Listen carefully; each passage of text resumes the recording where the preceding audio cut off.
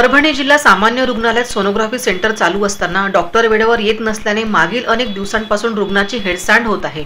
दिनांक 6 फेब्रुवारी मंगळवार रोजी डॉक्टर वेळेवर न आल्याने सकाळी 8 वाजल्यापासून सोनोग्राफीसाठी रुग्णांनी रांगा लावल्या होत्या।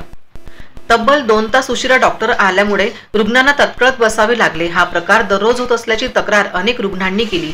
त्या गंभीर प्रकरणाकडे जिल्हा शल्य चिकित्सक डॉक्टर नागेश लखमावार यांनी लक्ष देण्याची मागणी रुग्णांच्या नातेवाईकांकडून केली जात आहे। दिसंबर से हम सोनोग्राफी चक्कर मार कल एडमिट कराया बच्चे को तो कल भी नहीं थे डॉक्टर साहब।